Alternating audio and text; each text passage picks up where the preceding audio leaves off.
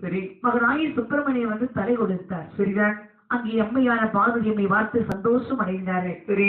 நெய் வாழ்க்கை அம்மா பூமாதி பொழிந்தார்கள். சரிதான். உடனே மகர மீனை பிடித்தார் இந்த மகாதேவன். சரி. பிடித்து எப்படி வருகின்றார் பாருங்கள். எப்படி வருகின்றார்கள். மகர மீனை பிடித்து திரும்பினார்.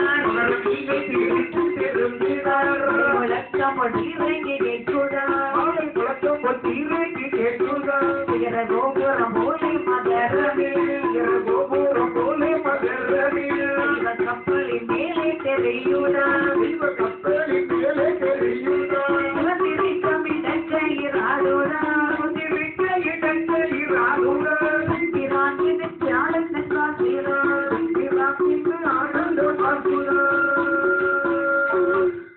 இப்படி மகர மீனை பிடித்து திரும்பினார் வாருங்கள். சரி. மலை முழக்கம் போல் வீரங்கி கேட்கின்றதா. சரி. டேகப்பா இவ்வளவு பெரிய சத்தமாக வீரங்கி கேட்கின்றது. சரி. அல்ல உடனே மகர மீனை பிடித்து திரும்பி வந்தார் வாருங்கள். இந்த செம்பிராந்து வட்டம் போடுகின்றதா. மீன் பட்டவுடன் மேல செம்பிராந்து வட்டம் போட்டவுடன் இந்த கரையில் இருக்கக்கூடிய பருவம் எல்லாம் பார்க்கிறார்கள். பத்தியா மேல செம்பிராந்து வட்டம் போடுது அப்படின்னா பண்டாரத்து நம்ம என்ன சாதமா நினைச்சுட்டா அப்ப மீனை பிடிச்சிட்டாரா.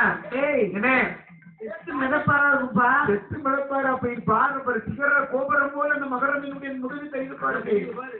அப்ப மகர மீன் முதுகாது பண்டார தோணியில வர்றாரு. மீன் அப்படி எடுத்து கொண்டு வர்றாரு பாரு என்று மகர மீனை பிடித்து வருகிறார் என்று சொல்லி மக்கள் எல்லோரும் சொன்னார் பாருங்க. சரி. வார்த்தையை காதில் ஏற்றாய் என்று அணியரசு பெருமான் தெரியும். எனக்கு சொல்ல முடியாத சந்தோஷம். அதுக்குள்ளே சந்தோஷமாக இறைத்து பார்க்கின்றார். சரி. அதிரசனைக்கு வந்தது சந்தோஷம்.